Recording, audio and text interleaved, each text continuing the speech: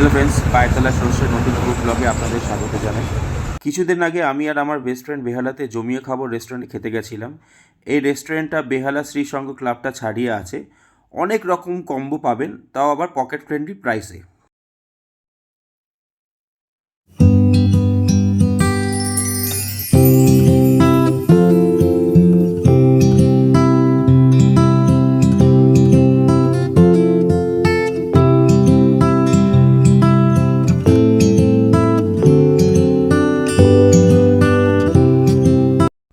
আমরা মোগলাই আর চিকেন কষা কম্বো আর চিকেন ভর্তা আর লাচ্ছা পরাঠা কম্বো নিয়েছিলাম।